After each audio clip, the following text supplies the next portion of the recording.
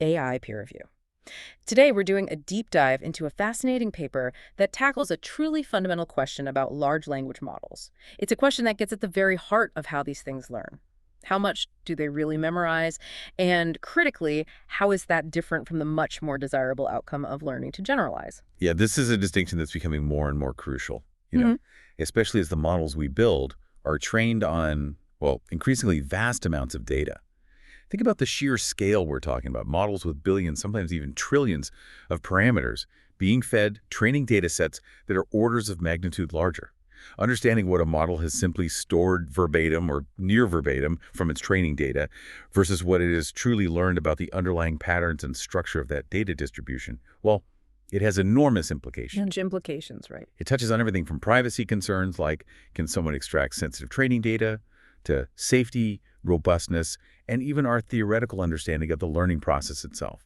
The paper we're diving into is an interesting one titled, How Much Do Language Models Memorize? It proposes a novel and, as we'll see, quite rigorous way to quantify this memorization. Our mission in this deep dive is to unpack their method, which kind of blends ideas from information theory and compression, understand their findings on model capacity and scaling laws, and discuss what this tells us about modern language models trained at scale. It's a journey from theoretical concepts to concrete measurements and practical implications. Okay, let's unpack this. Absolutely. The starting point for the authors is really setting the stage of modern LM training. As you mentioned, the scale is just staggering. We're seeing models today with, say, 8 billion parameters, which is roughly 32 gigabytes if you're storing the model weights in bfloat 16 precision. Which is already quite a bit. It is. Mhm. But these models are being trained on data sets like 15 trillion tokens. If you think about standard tokenization, that's easily multiple terabytes of raw text data, maybe 7 terabytes or more, depending on the data type. The sheer difference in scale between the model's memory, its parameters, and the amount of data it sees is immense. It forces us to ask, in that vast sea of 15 trillion tokens, how much of it can an 8 billion parameter model actually store away or memorize in a true sense? And this question isn't new, is it? Researchers have been poking at this for years, right? Trying to see what models remember. That's very true. The existing research, which the authors do review, has largely fallen into two main camps when trying to quantify memorization. The first is extraction.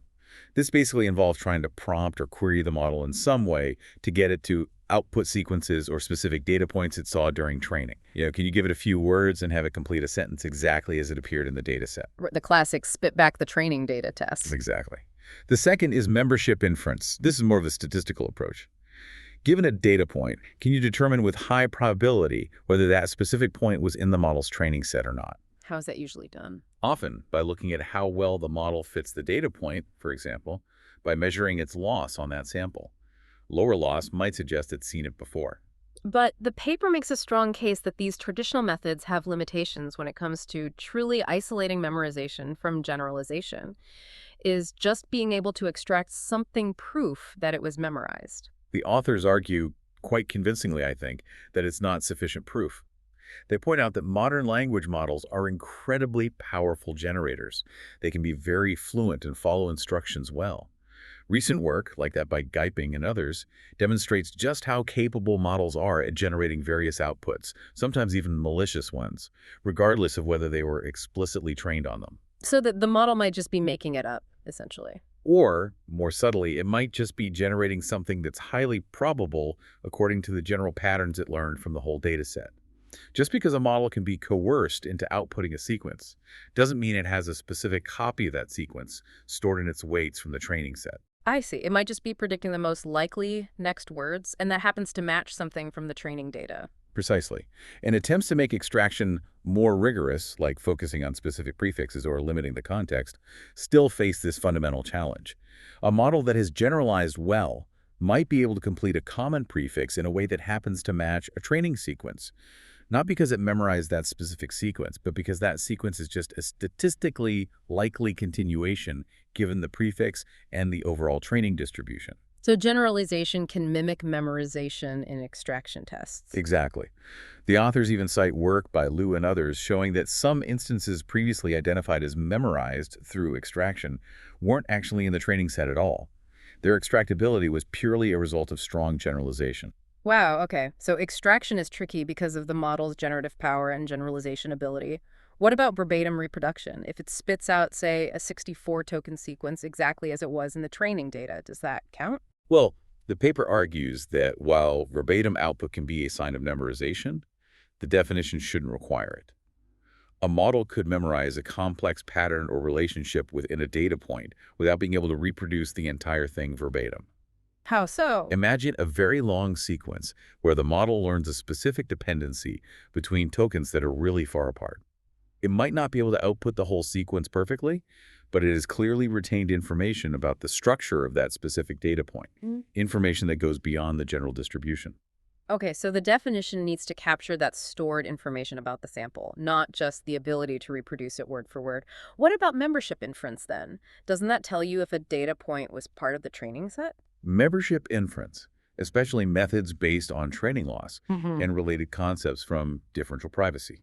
They're very useful, but primarily at the dataset or distribution level. They can tell you, for instance, if the training process embedded distinguishable information about the dataset as a whole, or they might detect properties about the average data point. However, they are less precise for measuring how much information a specific trained model instance, let's call it X, holds about a specific data point X. Ah, so they don't isolate the info about that particular sample. Right. They don't truly separate the information stored about that sample from the information learned about the overall distribution. It's more of aggregate or average measure. And I seem to recall there are theoretical notions like influence functions, which look at how a data point impacts the model. Are those helpful here? Yes, influence functions are very insightful, often focusing on how much a data point affected the training algorithm's trajectory or the capacity of the learning process itself to store information. But the paper's goal is slightly different. They want to measure the information content about a specific point X contained within the final trained weights, regardless of the exact path gradient descent took to get there. It's about the final state, not the journey. Okay, so if extraction can be fooled by generalization, membership inference is more about the dataset average, and influence is about the training process. Yeah, there's a clear need for a definition that gets to the core. How much information about a specific data point X is uniquely present in the final model beyond what the general data distribution would explain. Precisely. The authors needed a definition that, one, rigorously separates the part of the information that's specific to the instance, which they call unintended memorization, from the part that reflects the overall patterns, generalization, or intended memorization. Okay, separation is key. Two, it has to apply specifically to a single data point X and a single trained model. Instance level. And three, it should be fundamentally independent of the particular training algorithm used. It should be about the model itself. Makes sense. This led them to their novel approach, using concepts from information theory and, crucially, Kolmogorov complexity. Which sounds quite theoretical. How do they bridge that gap to something measurable? They start with a formal definition using information theory, thinking about things as random variables first. For any random dataset X and a random model trained on it, the total information transferred from X to S is given by their mutual information, IXX. Which is HX. Yeah. HX, right. The reduction in uncertainty about the data given the model. Exactly. This captures everything the model learned from the data, both specific instances and general patterns, all the information transferred. Okay, that's total information. But how do they separate the intended generalization from the unintended memorization? That's the core problem. This is where they introduce a really neat concept, a reference model, which they denote by X. Conceptually, you can think of a hypothetical model that perfectly captures only the true underlying data distribution, without any noise or specific details from the particular training sample X. So it knows the general rules of language, maybe, but doesn't remember specific sentences from the training set. Kind of, yeah. It knows the general patterns, the statistical structure of the world the data came from, but it hasn't seen or memorized the specific quirks of the dataset X. Okay, so anything in the training data X that isn't explained by this perfect reference model, that's the residual, the stuff that's specific to that particular training sample. Exactly. They denote this residual data as X conditioned on X, or X. Now, they define unintended memorization, MEMUXX, as the mutual information between this residual data, X, and the actual trained model. Okay, unpack that definition a bit. Formally, it's MEMU-XXX, which expands to HXX. Yeah. This quantity measures how much information the trained model contains about the parts of X that are not explained by the true distribution MAC. This is the unintended part, learning the specifics of X that don't reflect the general patterns. Got it. So HXS is the entropy or complexity of the data after you account for the true underlying distribution. It's the information content that's unique to that specific sample. And HX is the remaining entropy when you have both the true distribution model and the trained model. So if H significantly reduces the remaining uncertainty about X beyond what A could do, meaning H at X is much smaller than HX, then A must have learned something specific about X that didn't already capture. Precisely. That difference is the unintended memorization. And then generalization, which they also call intended memorization, AMI, is simply the total information minus this unintended part. It's the information in about X that is explained by the true distribution model. Okay, that's the intended learning. They also show a theoretical result, Proposition 1, that basically says the sum of unintended memorization across individual samples is a lower bound for the total dataset level unintended memorization. And this total is itself bounded by the model's own complexity or entropy, HX. So memorization scales with dataset size, but is ultimately limited by model capacity. That's the theoretical underpinning, yes. It gives a basis for the idea that there's a finite limit to how much a model can memorize. This statistical view using random variables and entropy is elegant, but it still feels quite abstract when we're talking about a single specific trained model and a single training data set we actually have.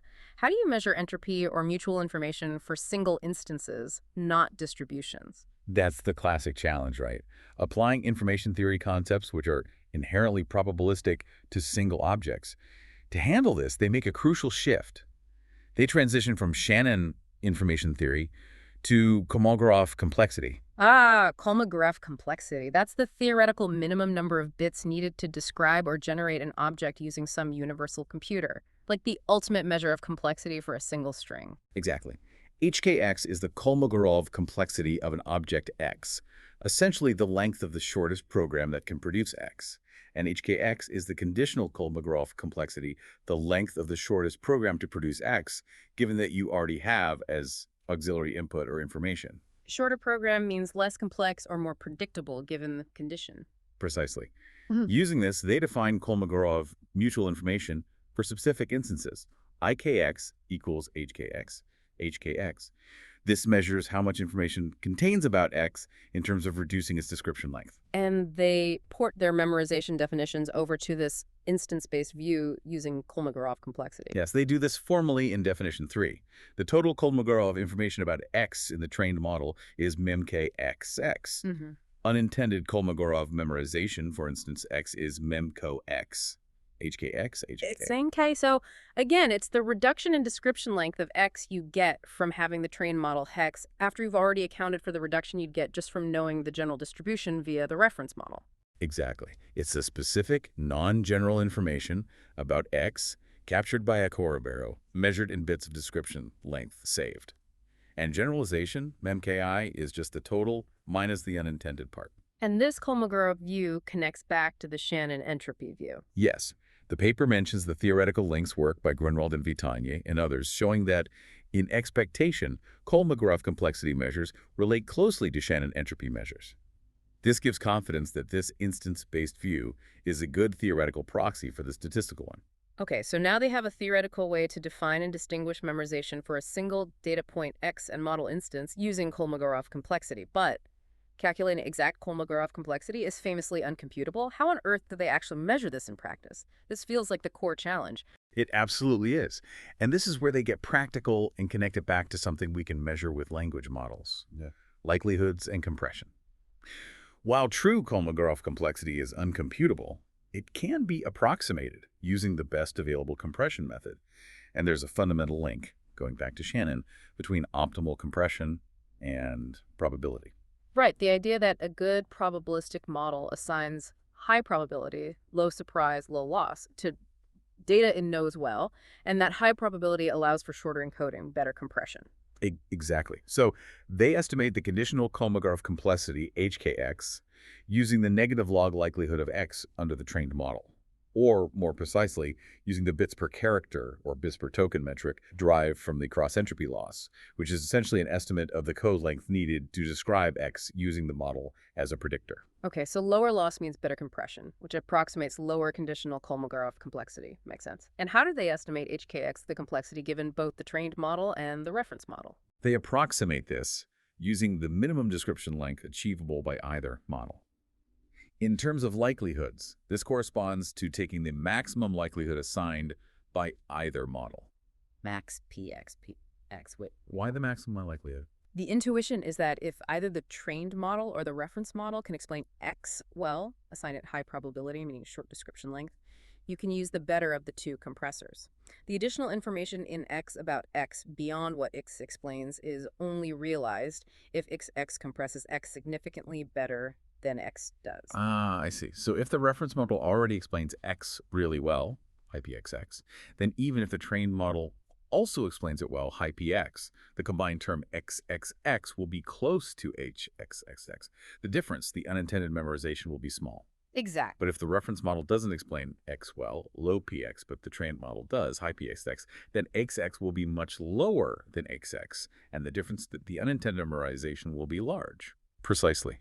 It captures how much better the trained model compresses the data point compared to the reference model representing the general distribution. And what do they use as the practical stand-in for this theoretical true distribution reference model in their experiments? Yeah, that's important. In their experiments, this is typically another model of the same architecture, but trained on a much wider or different dataset distribution. For example, when analyzing models trained on subsets of fine web, the reference model might be one trained on the entire fine web dataset.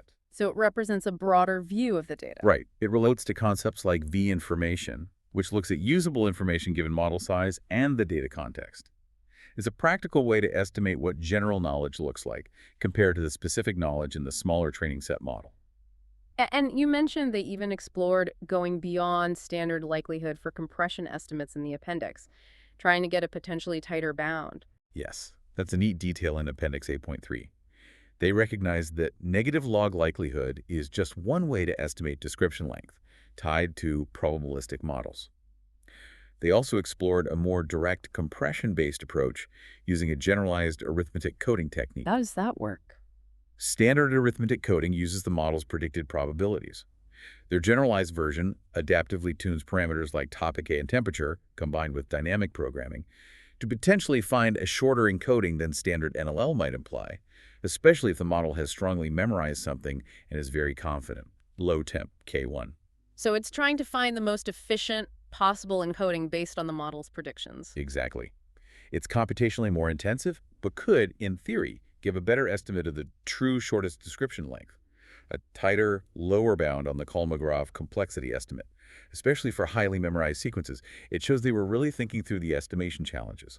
Okay, so they've built this rigorous framework, defining memorization versus generalization using information theory, grounding it in Kolmogorov complexity for single instances, and finding a practical way to estimate it using compression, approximated by negative log likelihoods, or maybe even better compression methods. Exactly. And this framework allows them to quantify how much information a specific trained model holds about a specific data point, crucially isolating the part that's unique to that instance, the unintended memorization. And having this quantitative measure of unintended memorization per sample is powerful, right? It lets them measure the total storage capacity of a model. Precisely. By summing up this unintended memorization across all samples in a dataset, they get a measure of the total specific information the model has stored from that dataset. How do they define and measure this capacity operationally? They define capacity, that's definition 5 in the paper, of a model as the maximum total unintended memorization they can hold.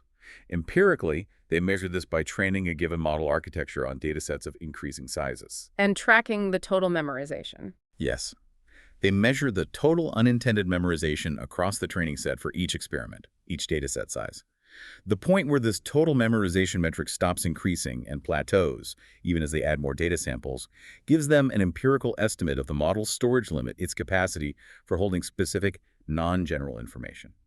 And to really isolate this raw storage capacity, without the complicating factor of generalization messing things up, they started their empirical work using synthetic data, didn't they? Yes, that's section 3.2 in the paper, a really clever part of their experimental design. They trained models on random, uniformly sampled bit strings. Why bit strings? Why random data? What does that achieve? It's designed to eliminate generalization. With purely random data, like sequences of bits or tokens sampled uniformly, there is absolutely no underlying structure, no true distribution beyond the uniform one. Each data point is essentially independent noise. So there are no patterns to learn. Exactly. There's nothing to generalize from. In this specific setting, any information the model retains about a particular bit string from the training set must be unintended memorization.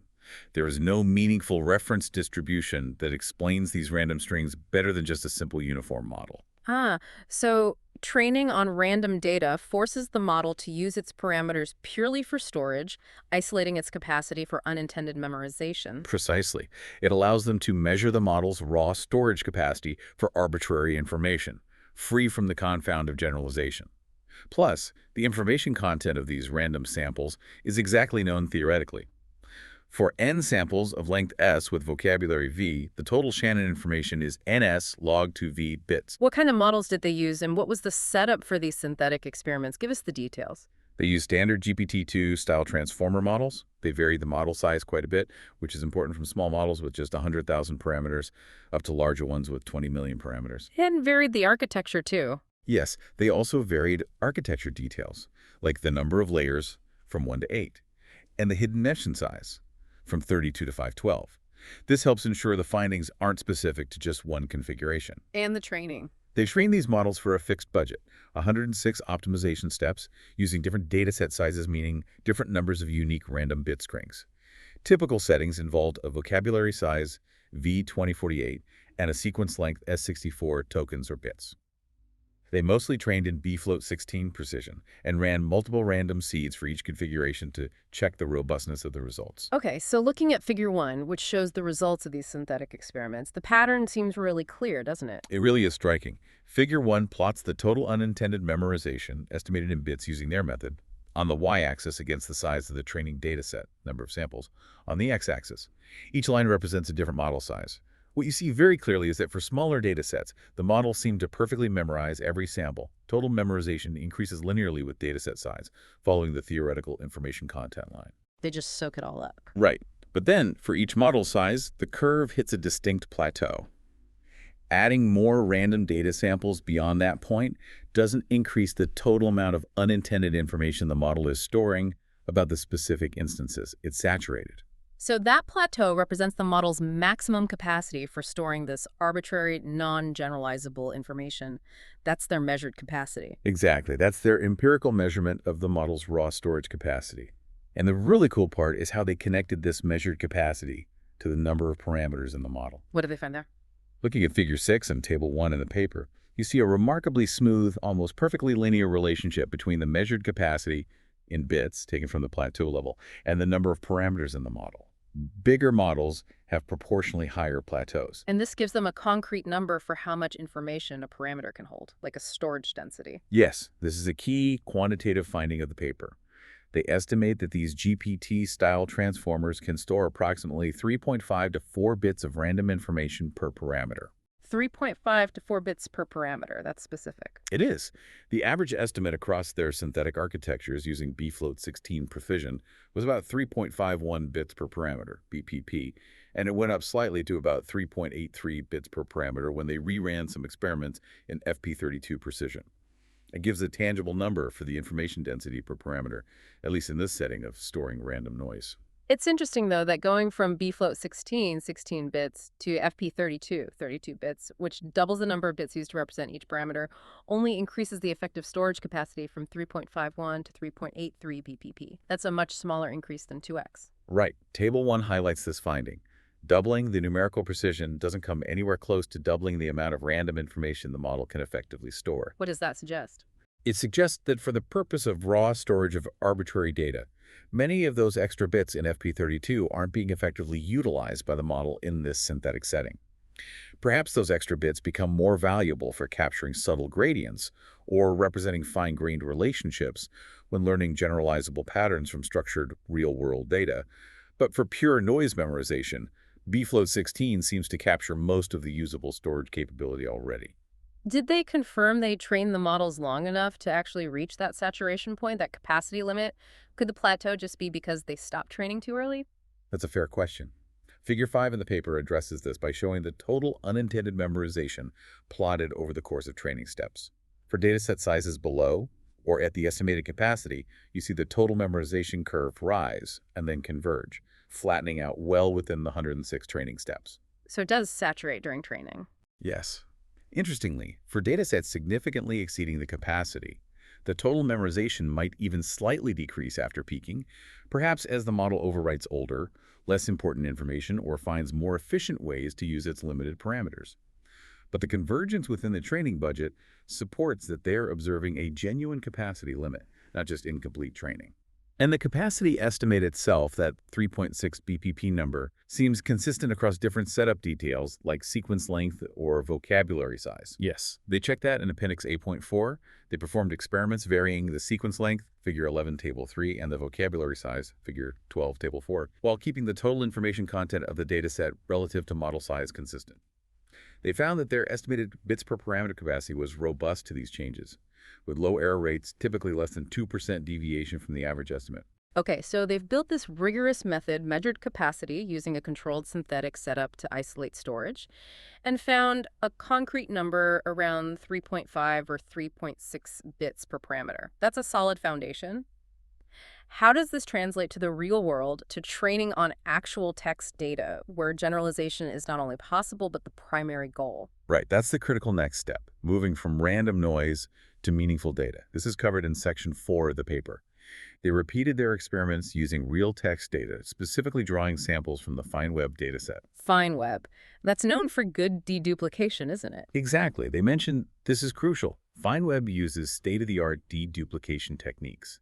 This is vital because if your dataset have lots of exact duplicates, a model reproducing them might just be exploiting that redundancy, not necessarily memorizing a unique instance in the way their framework defines it.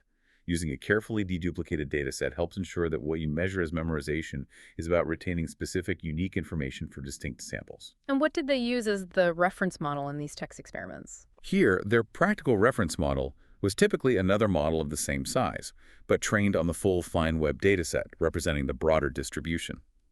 They sometimes also referred to an oracle model concept. Okay, so what did the standard training metrics, like train and test loss, look like in these text experiments compared to the synthetic ones? Figure 4 shows typical train and test loss curves for models trained on text. As you'd expect, train loss steadily decreases as training progresses. The model learns to fit the training data it sees better and better. The test loss behavior, however, is more complex and, frankly, more interesting. It doesn't always just decrease monotonically. And this is where the capacity findings link up with phenomena like double descent, right? That surprising U-shape or even W-shape sometimes seen in test error. Exactly. They explicitly connect their measured capacity to the double descent phenomenon. This is the observation, which has generated a lot of buzz, that test performance can sometimes get worse after the point of traditional overfitting, but then paradoxically improve again as model size or dataset size increases even further. How did they connect capacity to it? In Figure 3, they did something clever. Instead of plotting test loss against just model size or dataset size alone, they plotted the test loss specifically against the ratio of the dataset size to the model's measured capacity, D capacity. This ratio captures how overloaded the model is. And plotting test loss against that specific ratio reveals something important. It really does. Figure 3 shows quite clearly that the point where test loss is highest, where the model seems to be overfitting the most severely in that initial phase, corresponds precisely to where the dataset size is roughly equal to the model's measured capacity, ratio of 1. This is the peak of the risk curve, often discussed in double descent literature. So the worst generalization happens right when the data size matches the model's storage limit. That's what the figure strongly suggests. And then as the dataset size continues to increase, significantly exceeding the model's capacity, ratio 1, the test loss decreases. Again, you get the second descent, the improvement in generalization. So hitting the capacity limit seems to be the trigger point, or at least strongly correlated with the onset of the second descent in test performance. That's what the figure indicates, and it leads directly to their proposed explanation for this behavior. They hypothesize that when the model's fixed storage capacity is reached and it's presented with a training data set larger than what it can fully memorize instance by instance, well, it's effectively forced to change its learning strategy. Forced how? It can no longer afford to dedicate parameters to storing every specific noisy detail of each individual training sample. There just isn't enough room. Instead, it's incentivized by the optimization process, trying to minimize loss over the large dataset to find and prioritize general reusable patterns that apply across many data points. Because those general patterns are more efficient. Exactly. Learning general patterns is a much more capacity-efficient way to compress the information present in the large dataset into its limited parameters. This pressure to find generalizable structure, driven by the capacity constraint, leads to better performance on unseen test data. So the capacity limit acts almost like a regularizer, encouraging or even necessitating generalization when dealing with large data sets. That's their compelling hypothesis. It reframes double descent not just as some abstract property of optimization or model size, but as a potentially understandable consequence of the interplay between the amount of data and the model's fundamental storage capacity, for instance, specific information.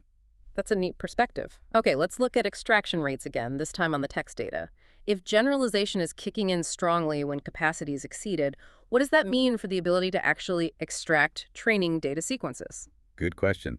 Figure 8, and there's more detail in Appendix 8.5, shows the extraction rates they measured for 64 token sequences from the text dataset using different prefix lengths to prompt the model. As you might expect, the extraction rate generally decreases as the size of the training set increases relative to the model size. A larger dataset means any single point is less likely to stand out or be strongly memorized enough for easy extraction. Makes sense. Less focus on each individual sample. And what happens for very large dataset sizes, the regime where generalization is supposedly dominant? This is a crucial observation they make. For sufficiently large dataset sizes, meaning datasets that significantly exceed the model's measured capacity, even after careful deduplication, the measured extraction rate of training samples converges to the test extraction rate. Wait, the train extraction rate becomes the same as the test extraction rate? What does that imply? It implies something quite profound about what extraction means in this regime. When a model is trained on a truly massive, diverse dataset that overwhelms its capacity, successfully extracting a sequence that happens to be in the training set is likely not, because the model has specifically unintendedly memorized that exact sequence. So why can it be extracted then? It's likely because that sequence is highly probable and easily generated by the model's learned general distribution. The patterns and structures it captured from the vast training data through generalization. The model can generate it simply because it fits the learned patterns very well, not because it has a unique, distinct copy stored away from that specific training instance. This is a really significant difference from the synthetic data case, isn't it? In the synthetic case, extracting a random bit string would be strong evidence of memorization because there's no general distribution to explain it away. Exactly. But in the text world, with large data sets, extractability might just be a sign of good generalization instead of specific memorization. That's the key insight here. It requires a much more nuanced interpretation in the context of large generalizing models. Just getting a model to output a training sequence doesn't automatically equate to unintended memorization anymore. Okay, that clarifies the extraction picture. Let's connect this back to membership inference now. What did their capacity framework reveal about MI performance on text, where generalization is happening? All right, Section 5 dives into membership inference. They use the standard loss-based MI approach. The idea being that samples the model saw during training might have lower loss than unseen test samples, allowing a threshold to distinguish them. What did MI look like on their synthetic data experiments first, just as a baseline? Figure 14 shows the MI attack performance, measured by F1 score, on the synthetic bitstring data. Similar to the total memorization curve we saw earlier, the MI-F1 score decreases as the dataset size increases relative to the model's capacity. So harder to infer membership when the model is overloaded? Yes. For very large datasets compared to the model size, MI on the average data point becomes difficult. The F1 score approaches 0.5, which is random guessing. Though interestingly, it seems to plateau slightly above 0.54 for random data, indicating maybe a tiny residual distinguishability even when overloaded, but basically ineffective. Okay. And on the real text data, does the same trend hold? Figure 9 confirms this trend holds strongly for text data too. As a training dataset size increases relative to a fixed model size, the MIF1 score decreases. A larger dataset means the loss distributions for average training points and average test points overlap more and more, making it progressively harder to distinguish them based on loss alone. Generalization smooths things out. How did the MI results compare directly to the extraction results on text? Is one easier than the other? Figure 10 provides a direct comparison between MIF1 and extraction rates across various experimental configurations, different model sizes, dataset sizes. The result is clear. MI was consistently easier than extraction. Easier. How so? You could find setups where the MIF1 score was quite high. For example, 0.97, meaning you could distinguish train from test points reasonably well using loss, but the extraction rate for those same settings was effectively 0. Wow. So you can tell if a point was likely seen, but you can't get the model to reproduce it. Exactly. This reinforces their earlier point. Membership inference and extraction are probing different phenomena. Knowing whether a point was likely in the training set, MI, is distinct from being able to reproduce it verbatim, extraction. High MI might simply indicate that a point fits very well within the model's learned data distribution, which it learned through generalization, rather than indicating it specifically memorized that point in a way that allows reproduction. That distinction is really important for interpreting privacy risks, isn't it? Absolutely. And this understanding that MI relates to capacity and dataset size leads them to develop a way to actually predict MI performance based on their capacity measure. They developed a scaling law for membership inference. Yes, that's a major part of Section 5.2. They found that they could predict the loss-based MIF1 score quite accurately using just two key quantities: their empirically measured model capacity and the size of the dataset it was trained on. What was the relationship they found? What does it look like? Figure 7 illustrates this beautifully. The MIF1 score generally follows a very clear sigmoid, or S-shaped, curve when plotted against the ratio of model capacity to dataset size, capacity D. Okay, let me trace that curve. When the model capacity is large relative to the dataset size, so the ratio capacity D is large, maybe much greater than 1, the MIF1 score is high, close to 1. Right. In this scenario, the model has plenty of capacity relative to the data. It can afford to memorize individual data points quite well. Training points will be fit extremely well, very low loss, making them easily distinguishable from typical test points using a simple loss threshold. High MI success. And conversely, when the dataset is much larger than the model's capacity, so the ratio capacity is small, maybe close to 0, the MIF1 score is low, approaching 0.5. Exactly. Here, the model is overloaded. It's forced into the generalization regime we discussed. It simply cannot memorize every training instance perfectly. As a result, the loss distributions for typical training points and typical test points become much more similar. They overlap significantly. Distinguishing them based on loss alone becomes very difficult, and the MI performance approaches random guessing. F1 is 0.5. So they fitted a specific mathematical formula to this observed sigmoid curve. Yes, they derived an empirical scaling law. The formula is membership F1 equals 0.5, 1 plus C1 C2, capacity D plus C3, whereas there's the standard sigmoid function. They fed the constants C1, C2, and C3 based on their experimental data from the smaller models, getting values like 1.34, -0.034, and -33.14 respectively. How well did this formula actually fit their experimental data points? Figure 7 shows the fitted sigmoid curve overlaid on their measured MIF1 scores from various experiments. The fit looks quite good, generally predicting the observed MIF1 scores within 1 to 2 percentage points across the range. It's steepest, as you'd expect from a sigmoid, around the point where capacity D is roughly 130. That seems to be the critical transition region where MI performance changes most rapidly. That's impressive for an empirical fit, but did they validate this scaling law on larger, more realistic models? Does it hold up beyond the smaller ones used for fitting? They did, which is a critical test of its generality.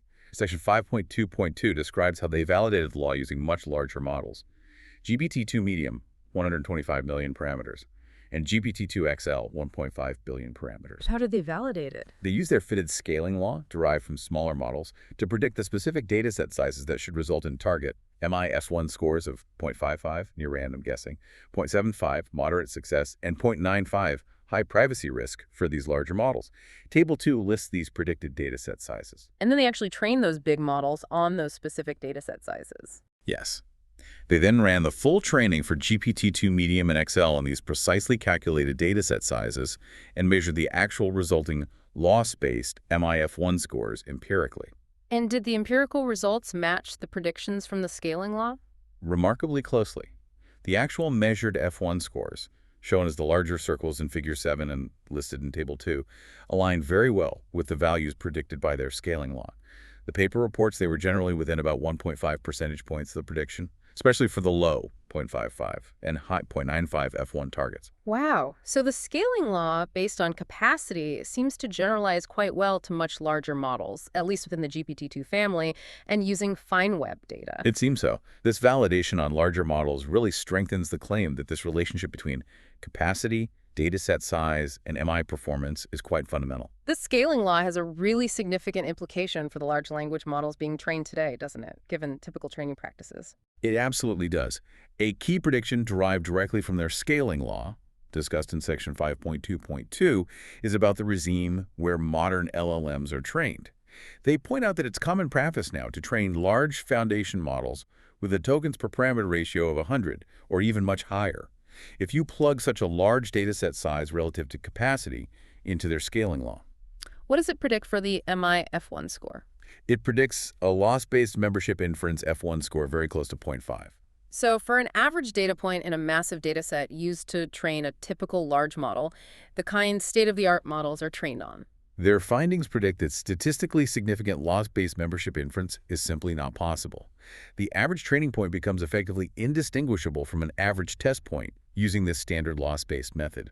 The model has generalized so much over the vast data that the loss differences become negligible on average. And this aligns with other recent research. Yes, they note that this prediction aligns well with other recent empirical work that has also found these types of standard MI attacks to be largely ineffective against very large models trained on truly vast datasets. The sheer scare of data and the resulting generalization seems to dilute the signal needed for average case MI. Okay, that's perhaps somewhat reassuring for the privacy of the average data point in these massive training sets. But does this mean that models trained on huge text data sets memorize nothing specific or unintended? You mentioned the framework allows measuring per sample memorization. What about data points that aren't average? Are there outliers? That's exactly the crucial question they investigate next in Section 7 and Appendix A.6.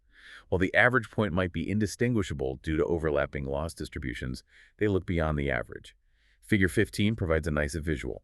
It compares the distribution of compression rates, which is related to negative log likelihood, their proxy for memorization, for synthetic data versus text data.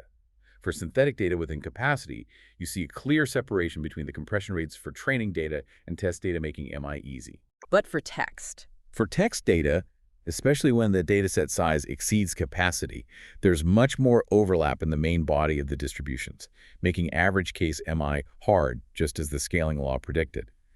However, you can still see a distinct tail in the training data distribution. A small number of training points are compressed extremely well, very low loss and memorization score, compared to essentially any test point. So some specific data points are getting strongly memorized, even in large text data sets that exceed the overall capacity. The model isn't just generalizing. That's what the distribution suggests. Some strong, specific, unintended memorization is still occurring for some outlier points, even if the average point is lost in the noise of generalization. So the natural next question is, which points?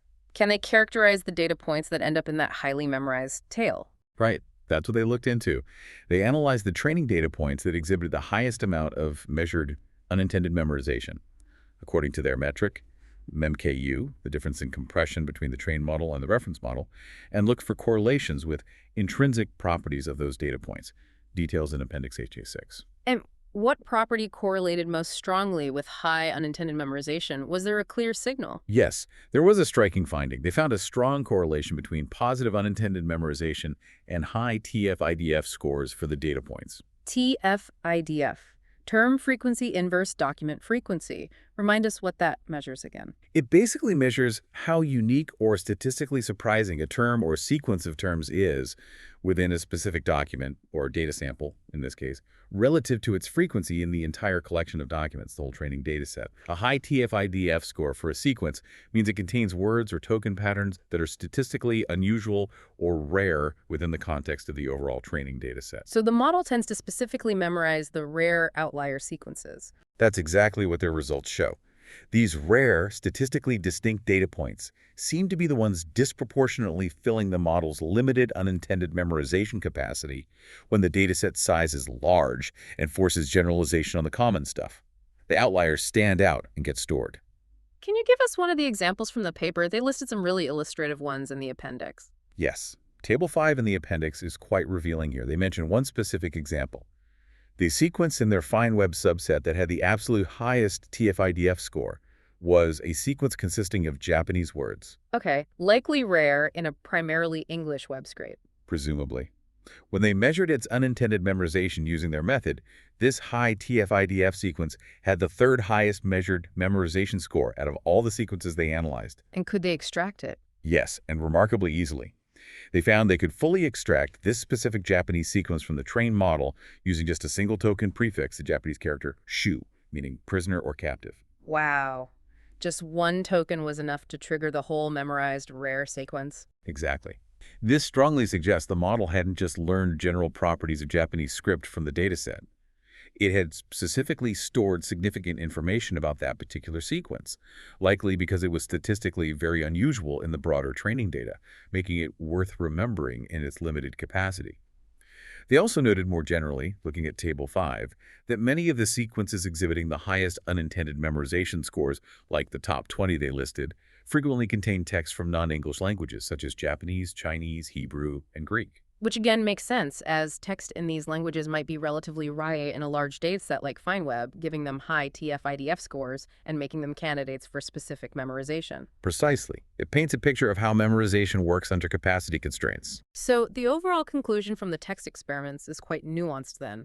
While the model's capacity limits force it to generalize on the bulk of the common data patterns, making average case MI hard, the limited capacity it does have for specific unintended storage seems to be preferentially used for the statistically unusual outlier data points, those often characterized by rare tokens, unique named entities, or perhaps foreign language snippets relative to the main dataset language. That's the key takeaway, I think.